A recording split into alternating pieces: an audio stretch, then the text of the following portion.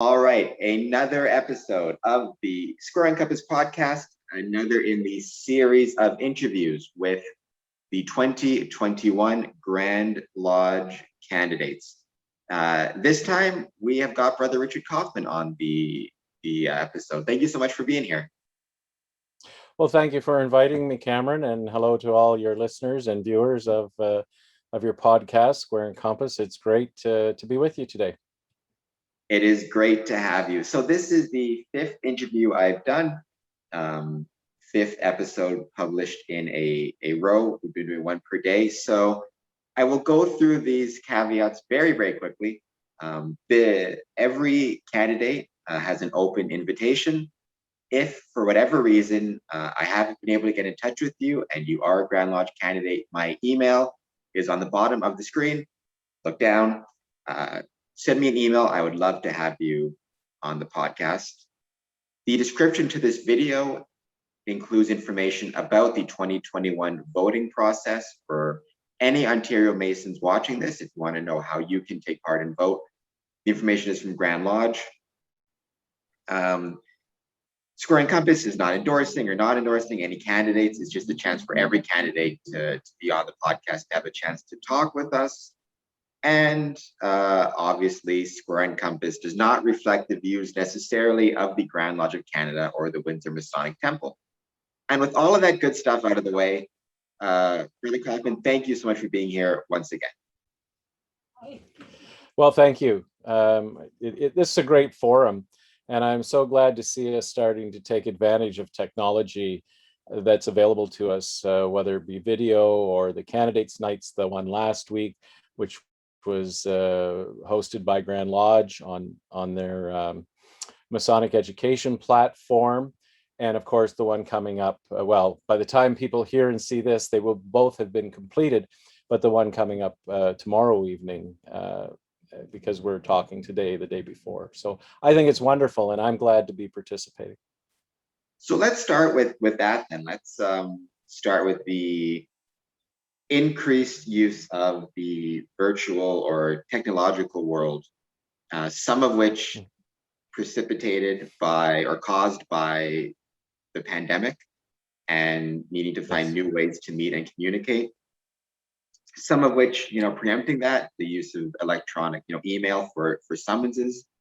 I guess moving forward, just a couple months, how do you foresee the first virtual Grand Lodge going? Are you in talks with people about the electronic voting process and the virtual nature of this?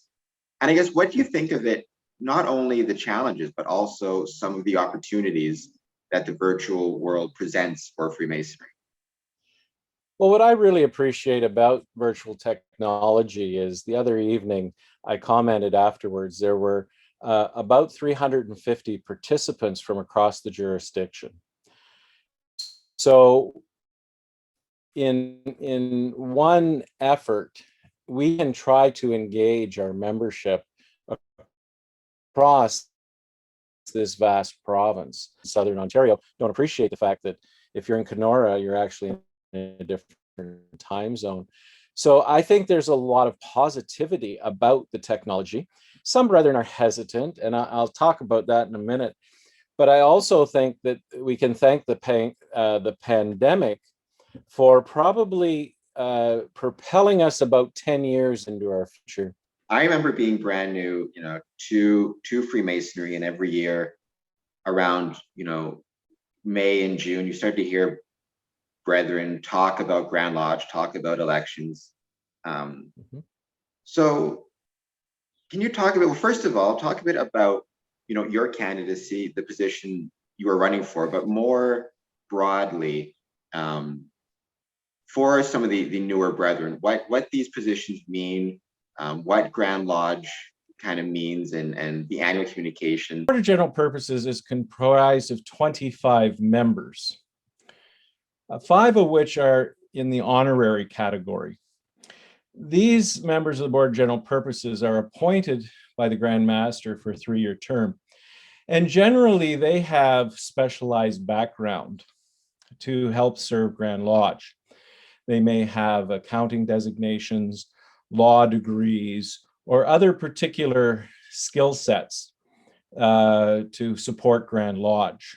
But they are full voting and members, and they are often the chairs of the Committee on Discipline, the Committee on Jurisprudence and Constitution, and those types of roles.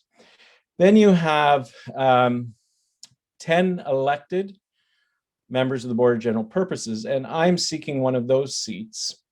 And you have 10 appointed members of the Board of General Purposes. And because we serve 2-year terms, every year you vote for 5 of the candidates that are on the ballot. And then you have this offset, right? Next year you vote for a different 5. I won't be running next year because I am in the middle of my term. I hope I've explained that clearly. And we're the people that chair committees, help support committees. We are the workers of Grand Lodge. I've had the privilege of now serving on our management committee for 2 years, having been appointed to management by our Grand Master, David Cameron. And I've been leading the operations pillar.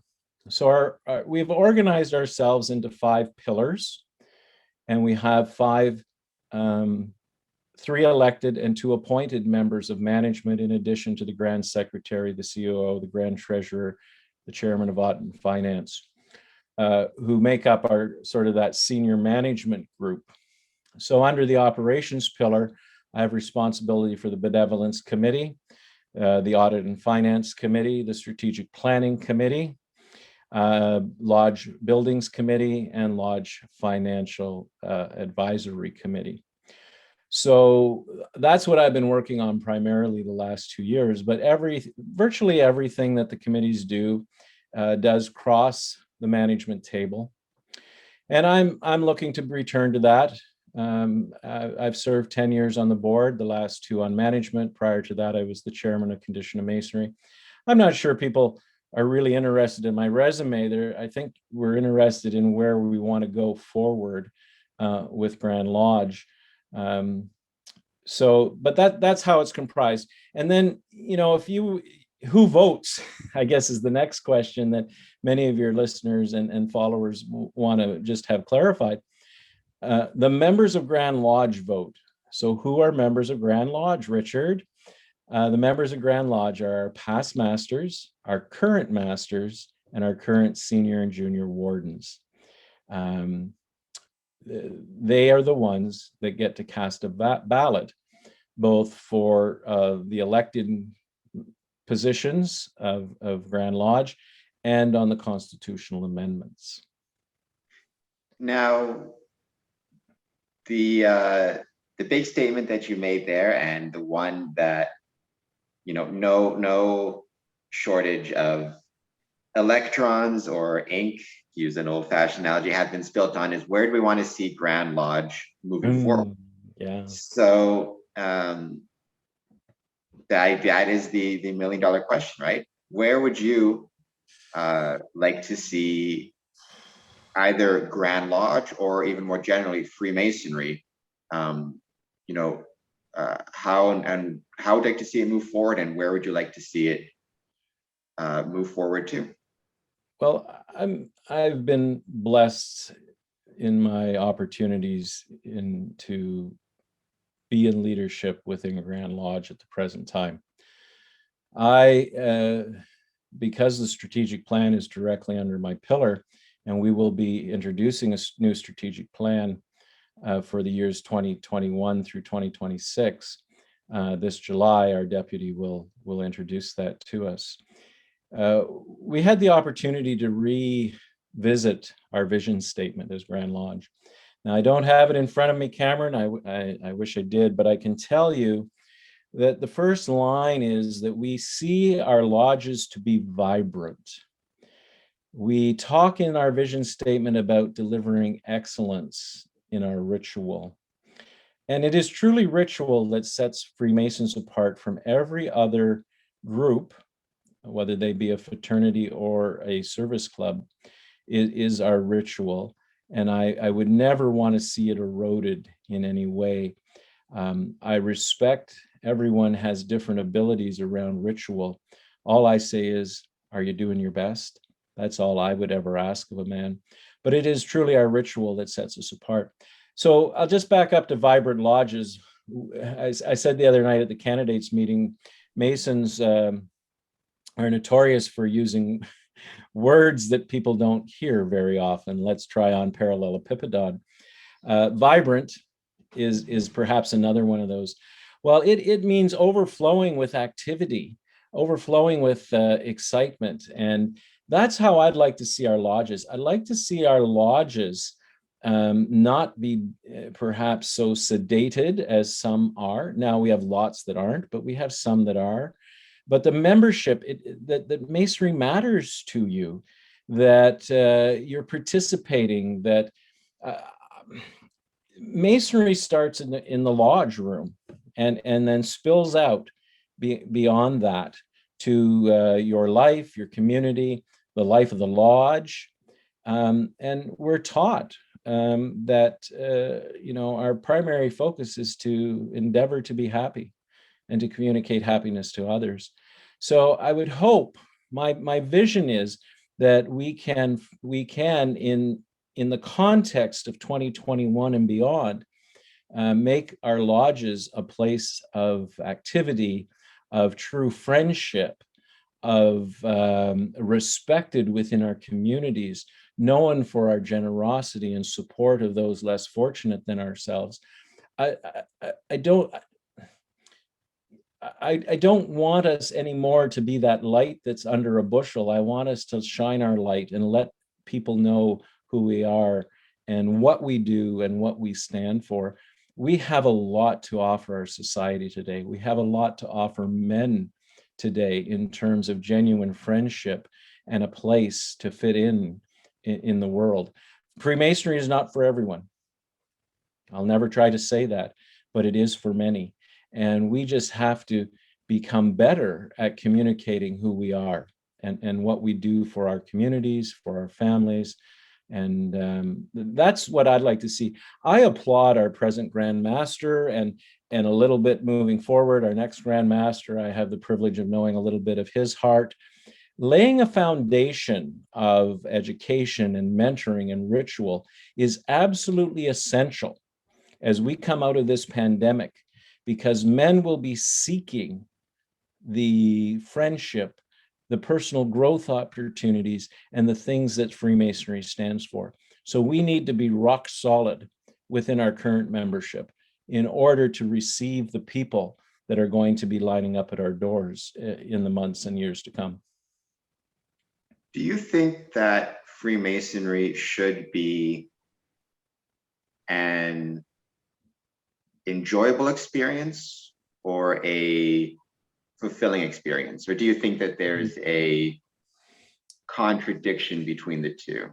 Because I just, in my opinion, I think we have gone a little bit too much in emphasizing in the way we discuss it or the way we quote unquote promote it. And I don't just mean Grand Lodge Ontario, I mean Freemasonry, as a whole. I've seen numerous commercials and advertisements discussing the craft, focusing on the, it's a fun place to be, and brothers, men enjoy being present and things of that nature, and less so on the fulfilling aspect of it, and the idea that it can be hard work and challenging, and not every meeting is the most fun thing you can do or the most relaxing thing that can be done. But if a meeting is done well and ritual work is done well, it's a fulfilling experience. The world is better for it. I sometimes liken it to exercise. It's not enjoyable in the moment unless you're some crazy person. I don't particularly enjoy exercising, but I find it fulfilling when it's over. So I guess, my question is, to what extent should Freemasonry be an enjoyable experience versus a fulfilling experience? Or is there even a need to have those in conflict? Well, I don't think they are in conflict, Cameron. I think that life is full of balance, and what you have brought out is two of the things that can be in balance in terms of Freemasonry. We should never forget what many of our brethren refer to as the esoteric side, the moral geometry side, the personal growth side, the challenging of aspect of Freemasonry in terms of morals and those kind of things. And the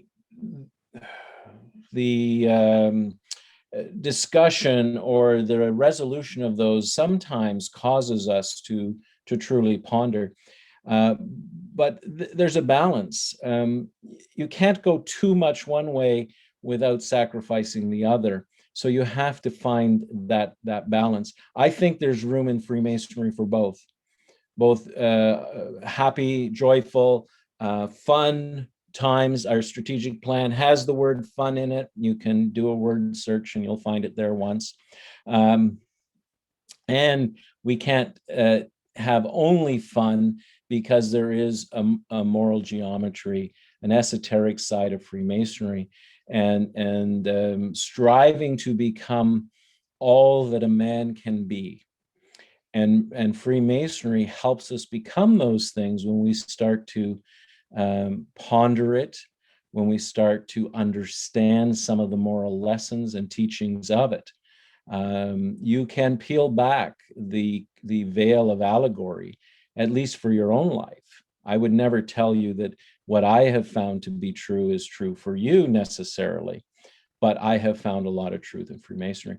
So those things are not in conflict, Cameron, but they have to work together in harmony and balance. I'll tell you, recently, as you know, the pandemic's changed my life a lot. Personally, I really enjoy my bed in the morning. I love to listen to the radio, the news, and just, ponder my rise. I changed my habits recently, and I get up now right around 6 o'clock.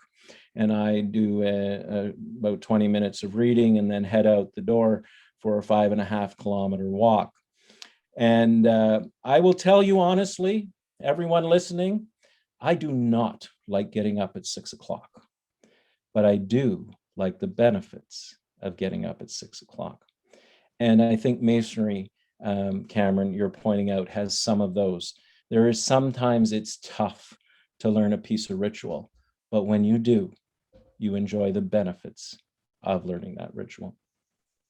And I think, and again, this is a critique of Freemasonry in general, not necessarily the Grand Lodge. I think that is where Freemasonry has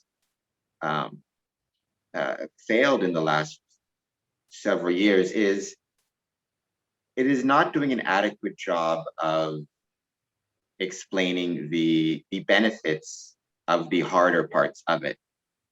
So we are very good at, come on out, have a beer, have a coffee, and we'll have a barbecue, the fun part. But I've had brothers say, why do I need to attend a business meeting or whatever it is, right? I just sit and listen to the minutes and explaining that, well, yes, it may be a couple hours that's not as fun as watching the game or whatever it is, but by keeping those minutes, by voting on the accounts, by filing the correspondence, that's ensuring a system is in place so that if a brother becomes ill, there's finances to give to him. That's ensuring a system is in place so that there's continuation of the lodge, and that when you are up for a chair, whether it be the junior steward's chair up to the master's chair, you've spent time learning how a lodge runs and works, so you're able to take over, and then the administration of it is what ensures it can do community events and things of that nature. I think sometimes and I do think there is a hunger for that amongst especially men now. I mean, there's just a book written, what's it called? The Comfort Crisis. And it's all about our lives being quote unquote too comfortable to the point where men aren't feeling fulfilled. And you see that with people like Goggins and Jock, all these Marine ex guys who now have podcasts, and they're basically emphasizing the value and benefit of struggle, and that struggle can result in benefits to oneself, but also benefits in the world around us. Yes. And I think you're right about that. We often, I think it's human nature to avoid the difficult. And I think that's a fair statement. But Masonry and being involved as a Mason, why should you go to the business meeting? Well, some of the things you've just said. And why should you try to go through every chair? Because every chair, as you move towards the chair of Solomon in the East, gives you a different lesson, teaches you some different skills, whether it's a steward to serve, a deacon to move about the lodge and participate in degrees, or the junior warden who has to organize some sort of fellowship and repass. All of these things teach us and allow us to grow in life. And even when we aren't good at some of these things, the brethren, part of the learning is to accept help, to ask for help. Masonry, we're reminded by past Grand Master, who is no longer with us, Raymond S.J. Daniels, that Masonry is one of the greatest educational institutions in the world and has been since its origin. It teaches us so much, both so the business side of things, and the junior warden getting together the meal and the stewards supporting that. Those are all practical lessons in life. The ritual teaches us moral lessons in life. And through all of that, we should be improving as men and as Masons, contributing better to our society, to our lives, to our families, and growing internally. And really, there is a balance there. And I don't disagree with you, and I might be accused from time to time. It is easier to talk about our charitable givings. I'm very, very excited about our partnership with Feed Ontario through the Masonic Foundation of Ontario. I think there's a tremendous number of ways to help the public see us in a very, very positive light. But you are right, and we must never sacrifice those underlying pillars of education, of self-development, of the moral geometry and esoteric nature of Freemasonry to the fun, the fellowship, and the generosity of our hearts. So it's about balance, and that is tough to do. But I'm certainly committed to trying to do that, and I'm always thankful when brethren remind me or challenge me if I seem to be getting out of balance one way or the other. Speaking of the connection between a Freemasonry and a community, that is something I also very much enjoy discussing, and I think you're correct. I think you're 100% right in terms of Freemasons do a lot for the community, and sadly we don't see it like we used to, but the opening of the chartering of a new Masonic lodge should be a cause for celebration, not just for Masons, but for the communities in which the lodge is opened. Even something, there's obviously charitable work, as you discussed, but also, and this is something I discussed in the podcast, even just the benefits to the local economy. Many, pretty much every Free Masonic lodge, right, will make use of local restaurants, local businesses to cater events, to cater meetings. How important do you think is that? Just the promotion of Freemasonry, not in terms of a desire for membership or anything of that nature, but just promoting the value of a Masonic lodge, of a Masonic temple in a community, and developing partnerships between a temple and local businesses in the area. Well, I think it's tremendously important because, and I think what you're talking about is creating that favorable impression of the institution, which we ask every candidate during admission. It's terribly important to remove the veil of conspiracy, of misinformation. We are good men, upright men in our community, doing good things, as you've pointed out. I don't know of any lodge that isn't contributing to their community in a number of ways. As you say, the very simple and straightforward way of supporting the local economy because we are consumers is a positive thing. And we will pay our bills, by the way. We are upright men. There's a certain civility about us that enhance the community and the image of the community. But we have let people like Dan Brown and other movies and books and so on create our image. And I believe it's time that we take back our story and we start telling the world who we are and what we believe. And then the communities won't look at us sort of cross-eyed, if you know what I mean. Well, what are you guys really up to in there? Well, we're just regular guys who love to get together. We do practice ritual. My oldest daughter, who just turned 18 or will turn 18 in June, just a few months ago, finally realized, because I was describing that, our rituals are like a play. And she says, "Oh, you're just theater boys." I said, "Well, yeah, kind of." And she says, "Oh, well, that makes it a whole lot easier to understand, Dad. Why didn't you tell us that?" So I think that if we remove, we have our secrets, and I'm not saying reveal our secrets, but if we are clear about who Freemasons are, what we believe and what we stand for, I think our perception in the community will greatly, greatly improve.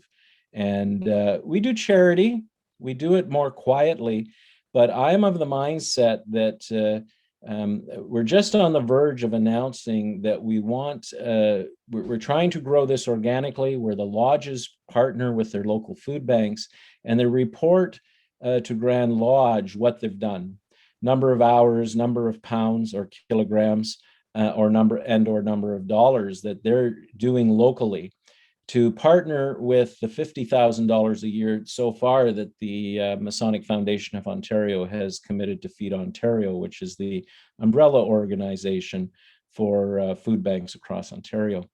I think it would be great to be able to say, those guys that wear suits and carry little bags into that hall every second Thursday of the month, well, they're the guys that gave $6,000 to the local food bank, along with a ton, 2,000 pounds of food. And by the way, they're the guys behind the sorting counter that are helping support our community. I don't see any problem with that, because if that opens the conversation with our communities as to who we are and what we do and why they should be involved, that opens the conversation to the growth, the personal growth that men receive, the educational parts of Freemasonry, along with the fun and the charity. It all goes hand in hand. You cannot get, in my opinion, you cannot get rid of one or the other. They both have to be there, and we have to find the balance to make it all work. You brought up Dan Brown, and that's this is something I've discussed with the other candidates so far, but it has been in my podcast, depictions of Freemasonry, or sometimes Freemasonry as Freemasonry, sometimes Freemasonry as another term, stonecutters in The Simpsons, depictions of Freemasonry in pop culture, in mass media. That's always a very interesting and tricky subject. I've done a few episodes with a friend of mine, worshipful brother Igor Strukin, examining different depictions of Freemasonry in pop culture. The first one I started with, because it's one of my favorite movies, was From Hell, featuring Johnny Depp, where Jack the Ripper is erroneously, but nonetheless in the movie, depicted as a Freemason. I remember you were joking, you know, Grand Lodge is going to kick you out of the craft for this, but I'm always of two minds because I personally love that movie, and you know, if in for the purpose of a story, you know, the Freemasons are to be the bad guys kind of thing. I don't mind as long as it's a good story and it's kind of fun, but you know, there is the danger of people getting the wrong impressions or joining for the wrong reasons. Mhm. I guess, you know, what is your view just in general on depictions of Freemasonry in pop culture and even, you know, Grand Lodge, for example, not Grand Lodge, but like the Scottish Rite um, Cathedral in Hamilton being used in pop culture, being used as a filming location. Just that connection between the craft and mass media.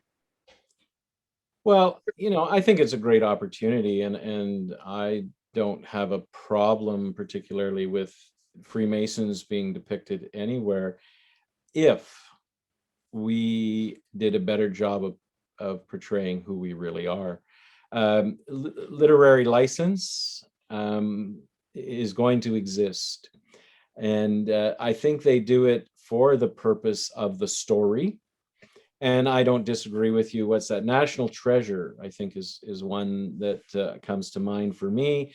And I'm going, you know, I got to admire the writers because there's just enough truth in there, uh, but it makes a great story. So I have no opposition to that. The Stonecutters, Dan Brown's books, it creates an excitement. But what I think we lack as Freemasons is the balancing side of our own truth. We're allowing the pop culture, the Dan Browns and the national treasures of the world to define us, where we have not defined ourselves to the public. They have no place to go to say, how close is Dan Brown to the reality of Freemasons in 2021? And that's where I think we're falling down. Pop culture, love it. Bring on those movies, bring on those conspiracy theories. We'll denounce Jack the Ripper and everybody will laugh.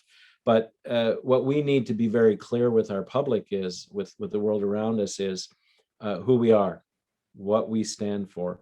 We have to be very clear. And I think when you look at our vision statement that will be released in July, you'll begin to see that we're trying to tell people more of who we are and what we really stand for and why they should consider becoming a Freemason. So yeah, I go for it. I wish Dan would write another book because we get applications, but we have to be very careful that we correct, amend, or make sure that people understand that that's fiction. This is the reality that you're joining. And if we do that, bring on the books, bring on the movies. And I think that they will maybe begin to depict this just a little bit differently. I think we have to look to, Masonry has survived because we have adapted to the evolution of culture over 300 years. You think we don't do things differently, and there's lots of things that are the same, but lots of things have changed. But what we have to adapt to, 35 years ago, when my dad became a Mason, when my grandfather became a Mason, even to some degree when I became a Mason, you didn't have to tell people who you were because they knew. You sat in church with them, you were in the hockey arenas with them, you were at the ball diamonds with them, you were in the curling rinks with them, you were, at the local pub with them. They knew who the Masons were, but we've lost that personal connection so much that the general society doesn't really know who we are, what we stand for. And I think that will be a critical piece moving forward to our ongoing success and perhaps ongoing survival as an well, maybe survival is not the right word. Maybe restoring our relevance, I think, is what I want to say. Restoring our relevance within society. We have to start telling our story. I've said that before. I'll say it again. And if I'm fortunate enough to be reelected and continue in a leadership role, I'll be continuing to promote that theme around the management table or wherever I land within the committee structure of Grand Lodge. The relevance of Freemasonry is something very, I agree, something very important, especially, I don't think it's breaking any ground to say there's a lot of problems in the world, or so it seems right now. A lot of those problems seem to be connected to a lack of connection amongst individuals and people. And, you know, this isn't again, this isn't a groundbreaking statement, but, you know, the decline in social capital and in civic institutions. Robert Putnam talked about this in, you know, Bowling Alone, I think in 1998. You know, Freemasonry is one of those organizations, and in my opinion, it would be the keystone one amongst, when you think about like Rotary, Elks, whatever it may be. You know, the Freemasons is kind of the gold standard for a civic institution that can connect, you know, people would say it connects men to each other, but really it connects men and their families and their communities to each other, you know, across class lines, racial lines, religious lines, whatever it may be. It's a way to bring a community together. And if ever there was a time that we could use a bit more togetherness, it seems like, you know, May of 2021, moving forward. Absolutely correct in your thinking and the statements that you've made. We have the opportunity to bring that relevance, that connection back, because it's our foundation. We haven't changed those cornerstone pieces of our organization: the brotherly love, the relief, the truth, the importance of family, the importance of inclusiveness. I mean, we were the champions of inclusiveness. We should never forget that. Every man has the opportunity to become a Mason. We have one criteria: the existence of a supreme being, honestly. And there we'll take the rough ashlar and we'll begin to apply the principles of Freemasonry to a man's life and watch him grow and mature and become a pillar and a finished ashlar within his community. And that's not only the lodge and his family, his workplace, and beyond. So we are the principles upon which we grow and lean on and are fundamental to our institution are timeless, and they continue to be important in men's lives today. And I think some men are waking up and realizing they're missing that connection, as has been written about, and it's been going on for some time. If we begin to look at ourselves a little differently, talk about ourselves a little bit differently, letting people know who we are, what we stand for, get out there in our community and be visible, the square and compass visible, take away the misconceptions, the misinformation about Masons, and give them a real glimpse of our hearts and our lives. Many men, as I said, Masonry isn't for everyone, but those that it is, they will see that there is their opportunity. And then we have a responsibility, the craft, to meet them and to fulfill the things that we promote ourselves to be. And that will be the challenge going forward as well to us. Does,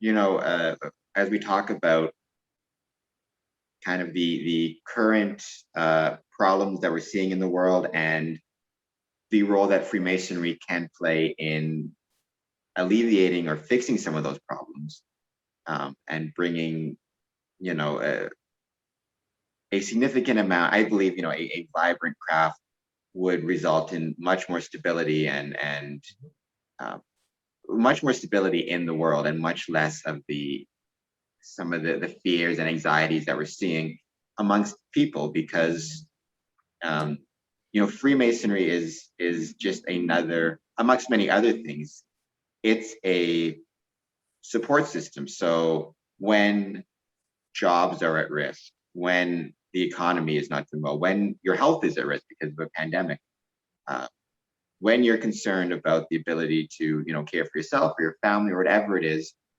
to have the knowledge that, Freemasonry is persisting and will persist, I think that can be a major stabilizing factor in a very unstable world. Well, and I think so. And I think to some degree we have demonstrated that in this pandemic. And I have the greatest respect for the leadership of our Grand Master through this, in response to his leadership, that Masons have adhered to the guidelines of public health.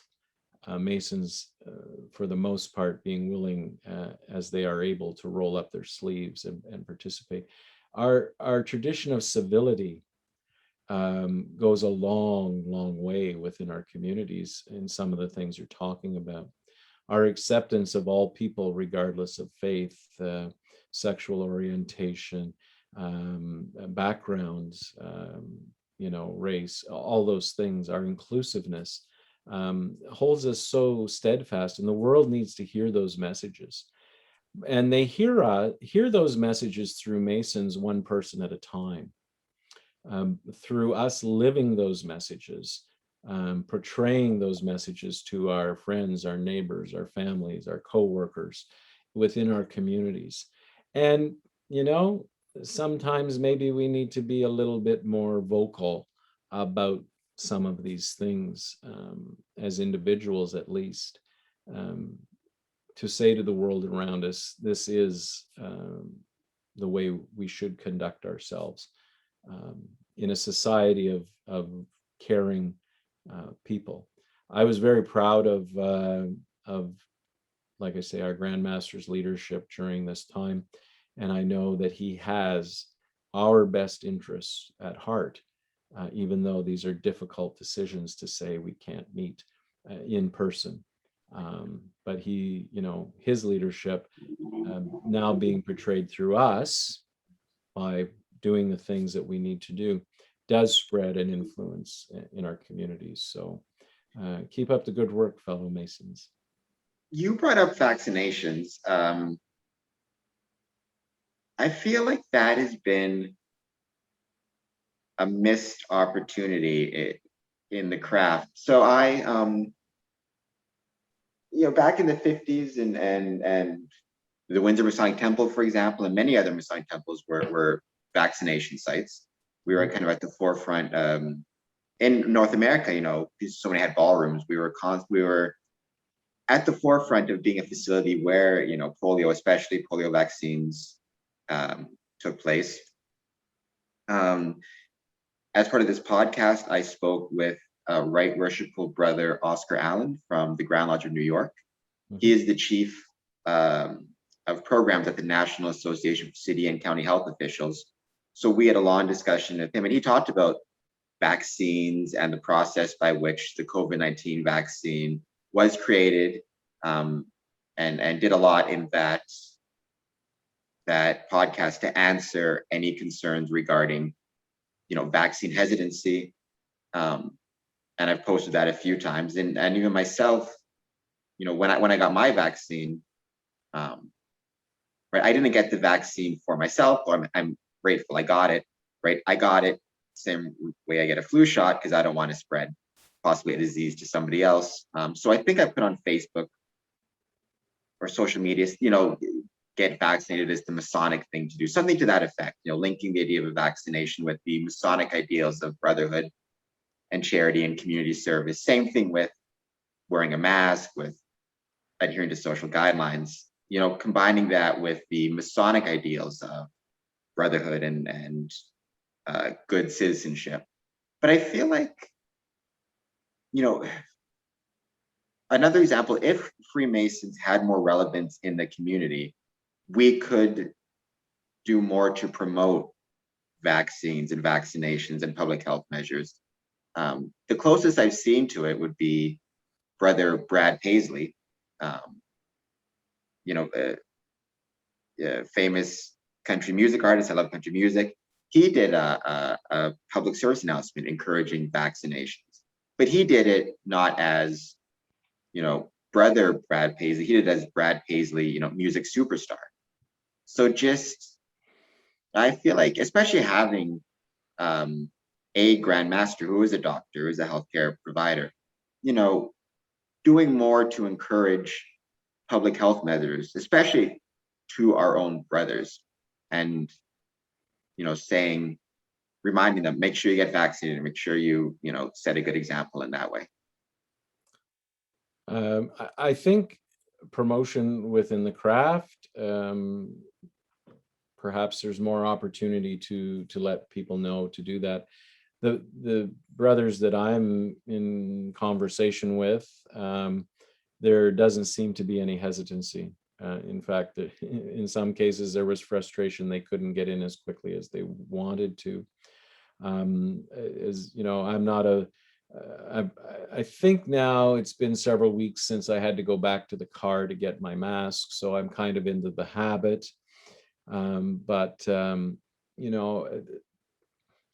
don't think so. Yes, I agree with you that we certainly should have no issue with promoting public health guidelines and dispelling myths about the vaccines. There's no chips in them and those kind of things within the craft.